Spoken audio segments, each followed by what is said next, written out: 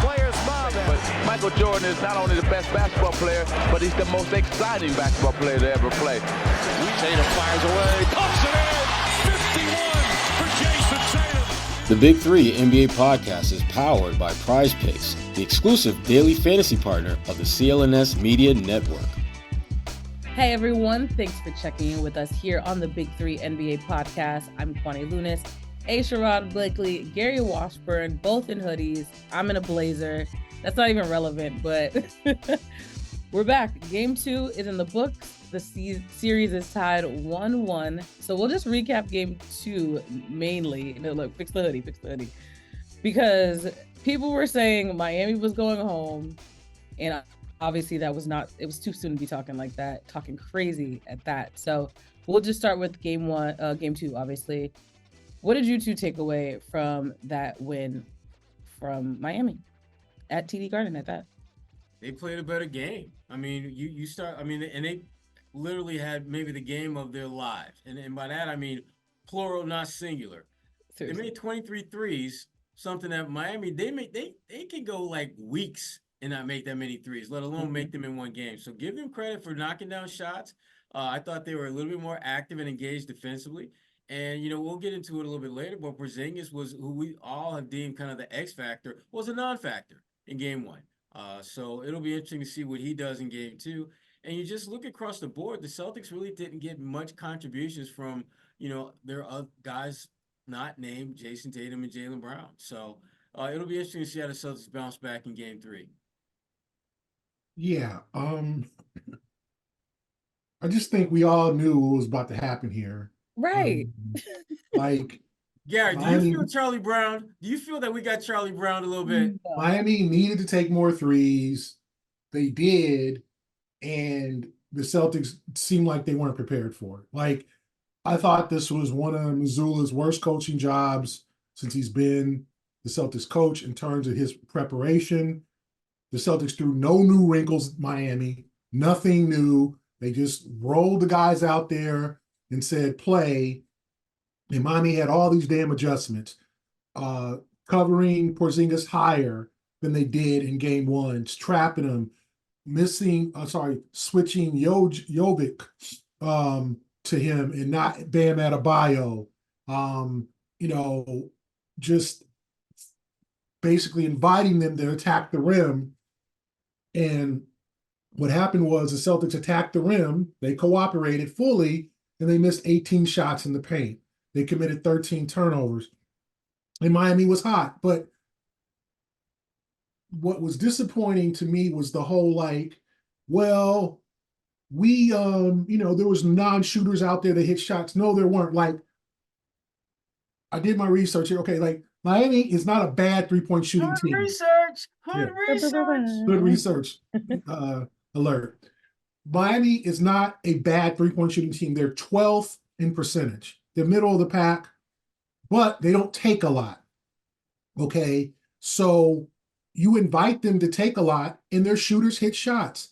Jovic is a 40% three-point shooter. Duncan Robinson, a 40% three-point shooter. Haywood Highsmith, a 40% three-point shooter. Tyler Hero, a 40% three-point shooter. The only two guys that hit threes that were below average is Caleb Martin, and we know what he can do. You gotta give him special treatment. You gotta give him the red carpet service when you're guarding him. You cannot treat him like he's normal ass Caleb Martin. He does not play like that against the Celtics. When are you going to get the hint? And then Jaime Jaquez, who's 32%, which is below average, but he hit 3 of them, and you left him wide open. So the whole plan of, they're non-shooters is, no, they don't have non-shooters. You gave their shooters who don't take as many opportunities to take a bunch, and they hit them, and they went 23 for 43. And to me, it was coaching. It was lack of preparation. To me, I just thought you wanted to put your foot on their neck, and now you done let them into the series. Now you got to go back to Miami tied at 1. Game 3's almost a must win. You don't want to go down 2-1. And now they've got a way to figure out they've got a way to beat you. And then you give Spoelstra 2 more days to prepare because he's going to throw more stuff at you. Because in the 48 hours between, or 72 hours between the two games, one coach made adjustments, the other coach didn't. Mm-hmm. I mean, did you see, Sherrod, did you see anything different that the Celtics did that you were like, oh, I did not see that in game one? There was nothing. And Okay. that to me. Did you see any adjustments at halftime when they were 13 for 24 from three? It's one of those nights where it's on. It's like, I asked him it's like the Luka factor. Luka, 33% three-point shooter. I think in the first half against the Celtics, one of them had like 6. Like, don't you think you need to guard Luka differently? It's his night. Sometimes it just be your night. Sometimes it just be your night. You go bowling, you're a 90 average. That one night you hit 180. Yeah. Right? Some day you're not good at pool, but that one night you knocking them all in. Like sometimes it's your freaking night. And it was the Heat's night, and the Celtics at halftime should have said, you know what? Enough of this letting them shoot threes. How about we defend the three harder, make them drivers, and then that'll open up the game for us? Nope. Let them shoot. And what did Caleb Martin do? 5 or 6. Like, to me, it was like they were not prepared. They did not make any adjustments. Not from game 1 to game 2. They didn't throw one wrinkle at Miami. Like, come on. This is what you all are supposed to be. This is what the playoffs, right? This is it. And y'all are coming in, well, the shooters got hot, and, we got game 2 at home. At the house. Yeah, we're going to be a better home team. We're not going to give up home court like y'all just did. Sorry. Like, the whole thing was it was arrogance. We got enough talent. We're going to beat you. We don't care who you got out there. We're good. We don't need to make no adjustments. You need to adjust to us, and we'll still beat you. Yeah. Yeah. The false narrative that I think they bought into was right before the half when they went on that little surge and they took the lead. And I think they felt at that point that, okay, we haven't played our best game, but we're just going to roll out what we did in the first half and just do it a little bit better because we're up by 3. And the problem with that is it was fool's gold that they were rolling with down the stretch. I mean, basically Miami had pretty much 3 or 4 minutes the entire game where they just didn't bring it at both ends of the floor. And the Celtics wisely took advantage of that near the end of the second quarter, took us very slim lead. And you're thinking, okay, maybe they figured this out, but they hadn't. And the thing that I keep coming back to something Joe Mazzulla said earlier as we got near the end of the season, where he was asked about just the playoffs around the corner. And he kind of said that basically the playoffs and the regular season, there really isn't a great difference between the two, which I thought was weird because we know damn well there's a huge difference. It's like basically, you're playing, tiddlywinks the regular season, and you playing like grown ass man poker and 21, and the games where stuff matters. The stakes are so much higher in the playoffs. I mean, it's like taking a test, 25 question test in the regular season and a 25 question test for your final exam. That's going to be worth more. You may get the same score, but guess what? That one that you took, that final exam, that's going to be worth more. It's going to have more value. And I don't understand why they're not treating this as if it's the playoffs. You supposed to, I mean, you should have come out pissed at halftime that you letting these busters roll up in your crib, put their feet up on your table, and have a good old time. And you barely got ahead by 3 points. At that point, my thinking was that they're either going to blow the Heat out right here and just come out and just put the smack down on, or they're going to let them hang around and wind up losing this damn game.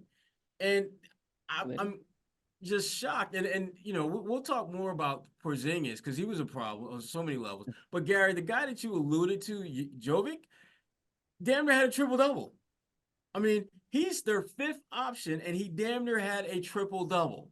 And that's not factoring what he did defensively, against. Just let him shoot. He's a 40%. Like, the whole thing was Joe saying that most of their threes were highly or moderately or highly contested, We all know that didn't happen. Then Jalen and Drew saying, well, their non-shooters got hot. What non-shooters are you talking about? Jaquez? Okay. Caleb Martin? Like, you really wanted him to show he could beat you again? Like, what more do you need to know? What more do you need him for him to prove to you? That you need to defend him differently somehow. It is a personal thing. It's not me, it's you. You know, like, it is the Celtics. Something brings something out of him. This is one of those crazy sports things where some dude against one particular team goes nuts. We all know. Gary? We call that the Ish Smith syndrome. Yes, Ish Smith. That boy never had a bad game. Terrence Ross. Like, he's on the list. We all know there's just dudes when they play the Celtics, it is on for them. Mm-hmm. And it's like, that's Caleb. So I'm not saying you turn around and double him, but you don't let him shoot. You know, you don't. And after what happened last year, did y'all learn your lesson? That's what it's just one of those things. Miami played well. Spo made great adjustments, and the Celtics responded with nothing besides, we got the talent to beat y'all regardless. Arrogance. And to, like you said, Sherrod, like, it's just at halftime, I was like, you said, like, okay, they're up 3. So, like, the first possession, they got to stop, and then they turned it over, and then Jovic hit an open 3, and it's tied. And I'm like, yeah, like, they had a chance to get a little 6-7-0 run to begin the half, get up by 9-10, and then start to maybe, you know, they was going to have to fight them off. This was not going to be a pull away. They weren't going to win by 20. But when they turned it, got it stopped, turned it over, I think Drew tried to throw some bounce pass. I forget, but it was one of those careless turnovers they made. And then Jovic hits a 3 from the right corner. And it was like they ain't stopped hitting threes, guys. Like, when do you get it? They were 13 for 24 in the first half, 10 for 19 in the second. Like, they just did it again. That's arrogance. That's just like opening up the Pandora's box.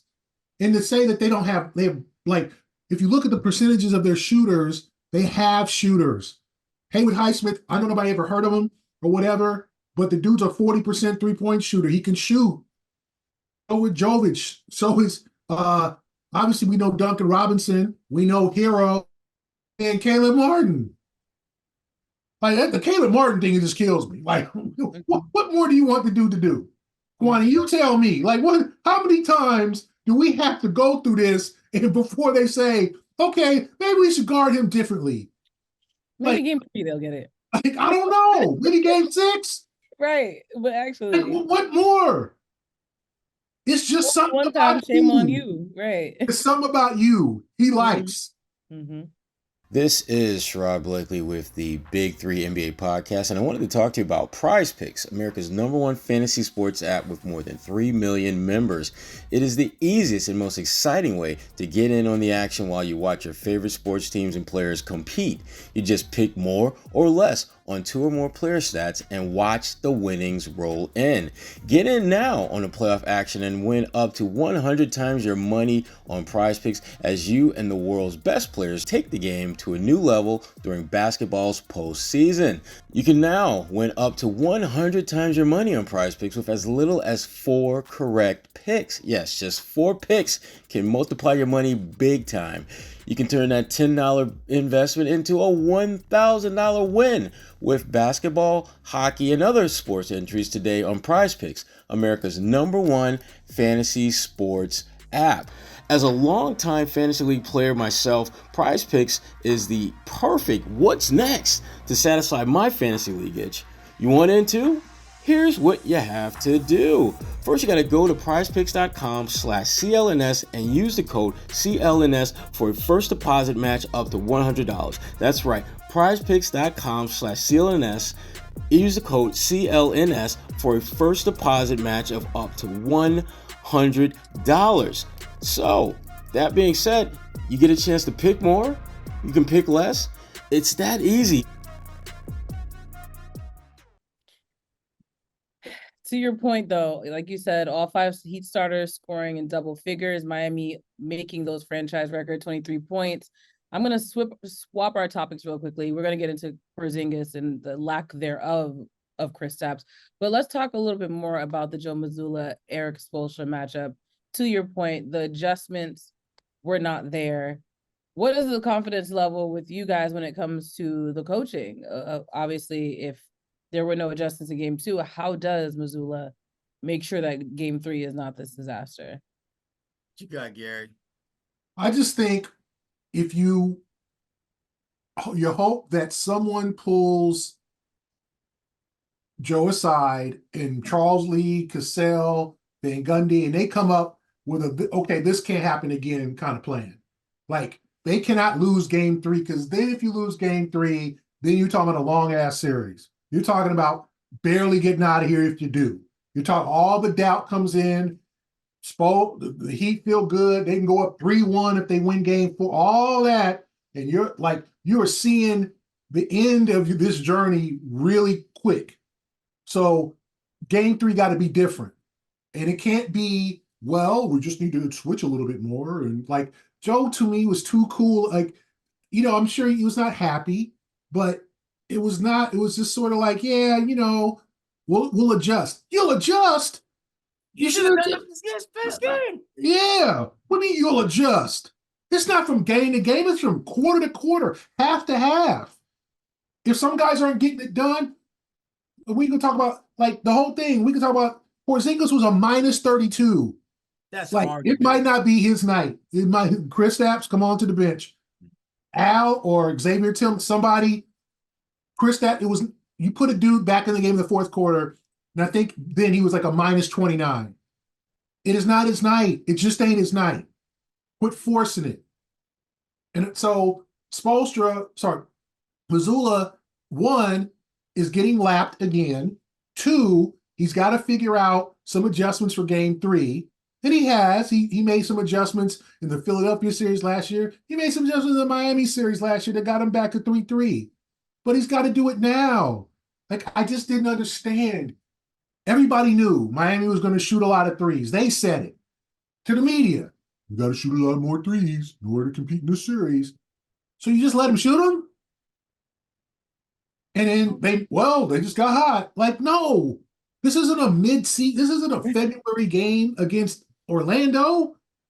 Like, you can't give up playoff games like that. They're too precious.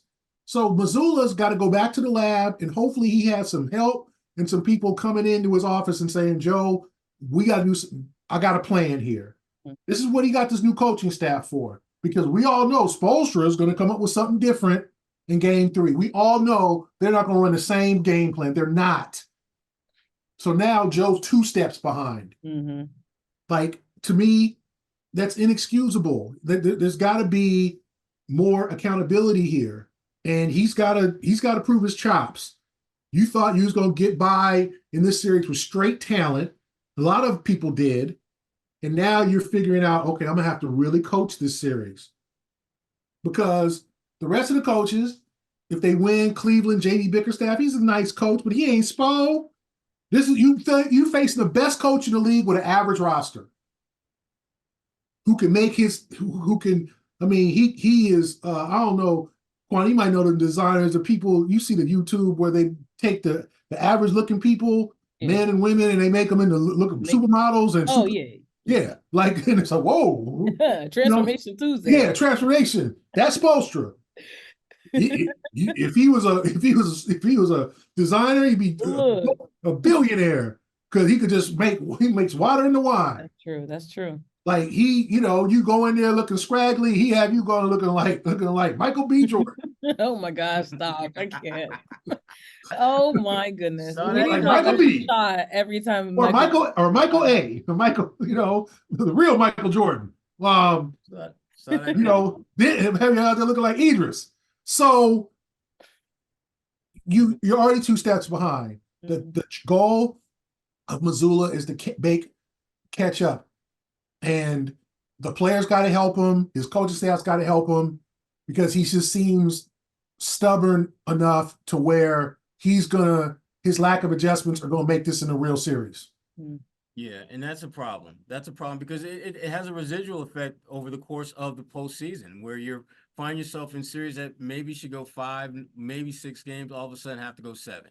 And you have to treat these moments as precious opportunities and not just something that's going to just happen. I don't think they're valuing the opportunity that they have in this postseason series. Certainly they did in game 2. And Joe, to his credit, he's done a better job from where he was a year ago to where he's at now. But that doesn't mean he's doing a great job. That doesn't mean he is one of the top 2, 3 coaches. I think he's had a good year and certainly should be in that. If you're talking about the top 5, 6 coaching jobs this year, Joe Mazzulla should be in that mix. But that means absolutely nothing in this moment. It's what are you doing to put your team in the best position to move on to the next round? And to your point, Gary, I mean, it felt as though they went into this series thinking that we're just going to out-talent them to get to the next round. That no matter what Jedi mind tricks that, Spoelstra will play, we're still going to be a better team. We're still going to find a way to emerge victorious. And it didn't happen in game 2. And if they're not careful, they're going to get clipped in game 3. And this is where someone on this team, and I think it's going to be Jaylen Brown, someone needs to just be super duper inline to inline impactful. Someone who's going to force Miami to do some things they maybe weren't planning to do, or force them to get out of some sets that they're looking to run, because they got to address this dude who's killing them at both ends of the floor. Everything came too easy for Miami in game 2. They got to their spots. They got wide open looks. They weren't really pushed or prodded or forced to be any semblance of uncomfortable. And you have to do your due diligence to make teams feel uncomfortable in the playoffs. If teams are feeling good about themselves, that means that you're probably getting your ass kicked by them because they're feeling good about themselves. They're not just going to feel good about themselves just for the sake of feeling good. Yeah. Joe Mazzulla has to figure this out. This is, to me, his crossroads movement. You've got a team that is built to win a championship. You're playing a team that's built to barely get into the playoffs. What the hell are we doing playing in a game 5? Why is this happening? Joe has to be better. Bottom line, Joe has to be better. Well said. We are going to move on and talk about Porzingis a little bit more. 6 points on 1 of 9 shooting. What was going on? What's going on with Porzingis? Game 2. That's all I got. Can't even ask the question because I'm just. I think that they blitzed him. The Celtics did not make a lot of good entry passes. He had butterfingers on some of those passes. He got frustrated by missing some layups. He took some rush threes, and he just wasn't effective. And if you looked at the plus minus, it was bad from the jump. And I think he was like a minus 22 in the third quarter. Like, I just think sometimes you have to go into a situation and say, okay, this might not be your night. And it wasn't his night. And they forced him out there, and he ended up being a minus 32. Like, that's like in 30 minutes with Porzingis on the floor, Miami outscored themselves by 32 points. And they lost by 11. So if you do your math, in the other 18 minutes he wasn't on the floor, the Celtics outscored the Heat by 11. Right? 22, yeah, 21. 32, whatever. You carried a 2. Hold up. Divide by 4. Minus 32, 11-point game. So the Celtics outscored the Heat by 21 points with Porzingis off the floor in those 18 minutes. So it was just a him. It might have been a him issue, right? And that's the thing. And just some nights, that's the playoff basketball. We saw Brandon Ingram sit in the fourth quarter of a game recently. Like, sometimes you got to take your best guys and be like, it ain't you tonight. And you can get pissed at me. You can come talk to me when after the championship parade. You want to get mad at me about it? Wait till, because if we win this game without you, it was the right move. And I think the stubbornness of Joe, it might have been best to just finish the game with Horford, because obviously Horford was more effective. And you just have to sometimes figure some things out on the fly. And it's not a situation where you bench Porzingis for the future, or he'll be better in game 3. Mhm. But for game 2, it was not his night. Horford in his 23 minutes was a +8. Like if one of your centers is a -32 and the other one is a +8, what do you think you should do? One in. Facts. Like, that's it. It was just not a good night. I mean, Jalen was a -22. I get it. And Derek was a -23. Jason was a +6. I don't know how that happens, but in the minutes, it's crazy, the plus minus thing sometimes. Mhm.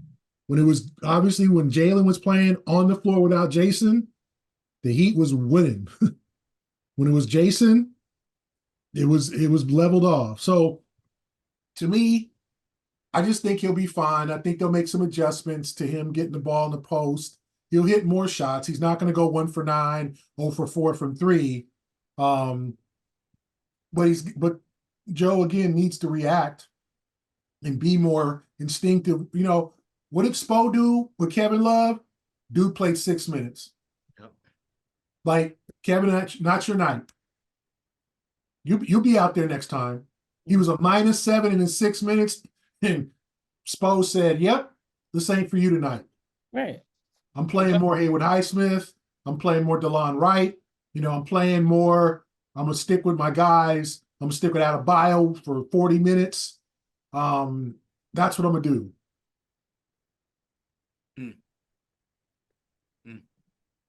Overall, we'll play a game of pick and roll right now to wrap it up. Good Heat or bad Celtics? Which one do you think was the case in this series? I thought it was bad Celtics. I again kind of just really hammering home what we've been talking about. They just didn't play with the sense of urgency a team that has had the kind of year they have had should have. You need to go into that game looking at the Miami Heat as a mosquito, and you got a sledgehammer. You could easily swat them away with a fly swatter, but you're trying to crush them fools, and that didn't happen. And that to me, it gives you reason to pause about whether this team is who you thought they were, whether this team has the mental toughness to fight through, boredom, and some of the things that when you have as much of a cushion in the entire NBA as they had in terms of their record and the second best record, it's not surprising that you'll have some semblance of a letdown. But the great ones can fight through that. The great ones come into this game, and yeah, they may have hung with you for a half, but the second half, we're going to make some adjustments and changes, and we're going to kibosh that real quick. Never happened. And I am a little surprised, to be honest with you, because you knew that of all the matchups that you could have potentially had in the first round, if there's one matchup where your coaching is going to be a factor, and this is it. Mm-hmm. You can get away with being a so-so coach in a series and still win in pretty much every matchup except this one, because here you're dealing with the grandmaster when it comes to NBA coaching. He's extremely talented. Spoelstra is extremely successful. He's shown the ability to win with lots of different types of players, different types of egos. He's someone that you can't take for granted, and he's shown his track record is come playoff time. He's one of the best at drawing up plays, at making sure plays are executed and all that stuff. So it's disappointing that the Celtics did not recognize the moment that was before them. So hopefully they can get back on track down in Miami, and then they can take back control of the series.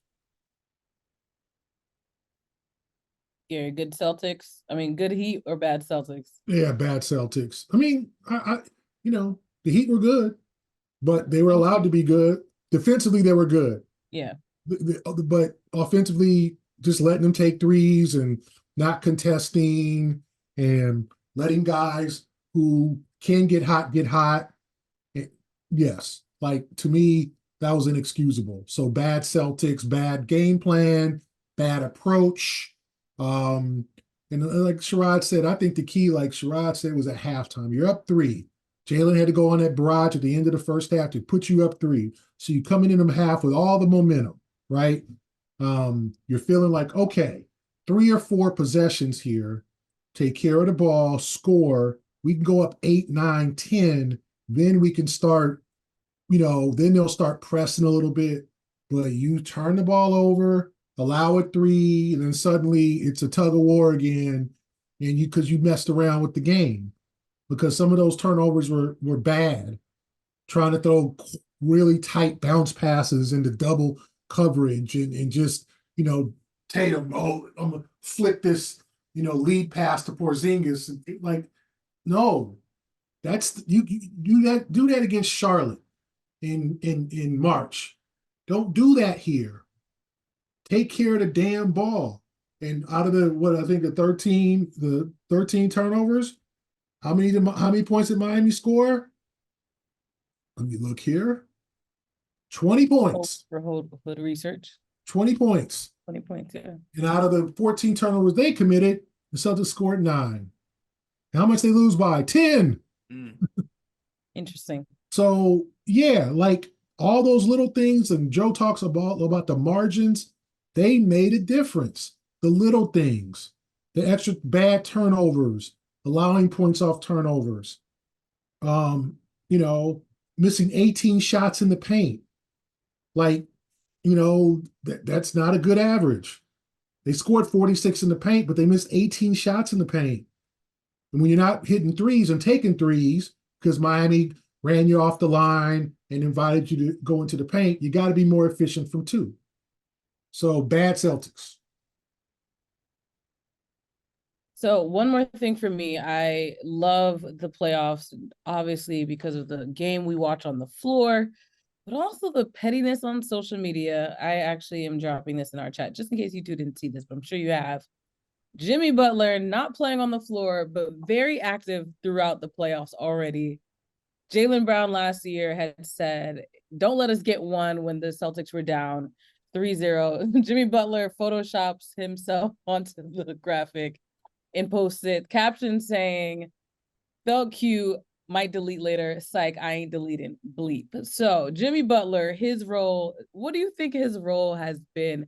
Again, we haven't been able to talk to him as much or really interact, but seeing his social media engagement, how do you think that plays a role in not only Miami's performance, but just in general when you think about the rivalry that has become Boston versus Miami?